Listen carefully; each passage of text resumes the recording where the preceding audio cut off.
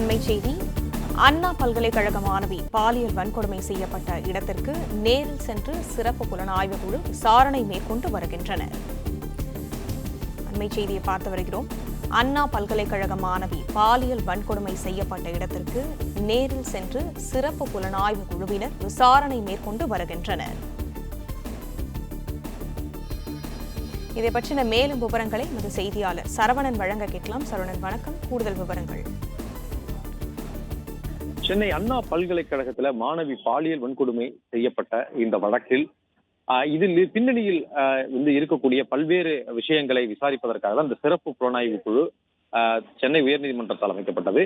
3 பெண் IPS அதிகாரிகள் தலைமையிலான இந்த குழுவில மேலும் இந்த சைபர் கிரைம் உள்ளிட்ட இந்த வழக்குக்கு விசாரணைக்கு தேவையான காவல்துறையினரும் அந்த குழுவில் இருப்பதாகவும், இந்த குழுவினர் இன்று காலை அண்ணா பல்கலைக்கழகத்தினுடைய வளாகத்துல இந்த குற்ற நிகழ்விடத்தில் சென்று விசாரணையை நடத்தியிருக்கிறார்கள்.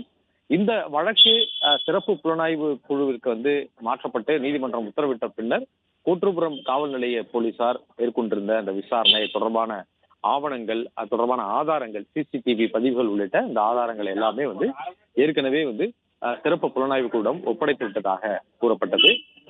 அதே போன்று தேசிய மகளிர் ஆணையம் இந்த அண்ணா பல்கலைக்கழக வளாகத்தில் விசாரணை செய்ய சென்ற போதும் அவர்களும் சிறப்பு புலனாய்வு குழுவிடம் அவர்கள் அதுவரை நடத்தியிருந்த விசாரணை, அந்த முதற்கட்ட விசாரணையில் கிடைத்த தகவல்கள் குறித்தும் கலந்து ஆலோசித்து அவர்களும் தேசிய மகளிர் ஆணையமும் அறிக்கை வழங்கும் என்று தெரிவிக்கப்பட்டிருக்கிறது. இந்த நிலையில சிறப்பு புலனாய்வு குழுவினர் 3 பெண் IPS அதிகாரிகள் தலைமையில் அமைக்கப்பட்ட இந்த குழுவினர் குற்ற நிகழ்விடத்திற்கு இன்று சென்று விசாரணை நடத்தியிருக்கிறார்கள்.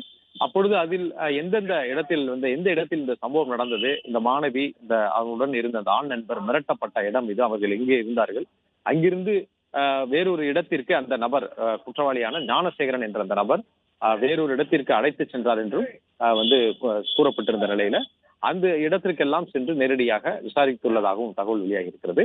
இந்த வழக்குக்கு தொடர்புடைய CCTV பதிவுகள் எல்லாமே சிறப்பு புலனாய்வு கூடம் இருப்பதாகவும், எந்தெந்த இடங்களில் எல்லாம் இருந்தெல்லாம் CCTV பதிவுகளை எடுத்தார்கள் என அந்த பகுதிக்கெல்லாம் சென்று இந்த சிறப்பு புலனாய்வு குழுவினர் ஆய்வு நடத்தியதாகவும், இதற்கு பின்னர் இந்த வழக்கு தொடர்பாக சாட்சியங்கள் மற்றும் இதில் சந்தேகம் இருக்கக்கூடிய நபர்கள் என அடுத்தடுத்து சம்மன் அனுப்பி விசாரணை மேற்கொள்ளவும் சிறப்பு புலனாய்வு குழுவினர் திட்டமிட்டிருப்பதாக தகவல் வெளியாக இருக்கிறது. இன்று காலையிலேயே அண்ணா பல்கலைக்கழக வளாகத்துல இந்த குற்ற நிகழ்விடத்துல சென்று இந்த சிறப்பு புலனாய்வு குழுவினர் விசாரணை நடத்தியிருப்பதாகவும் தகவல் வெளியாக இருக்கிறது.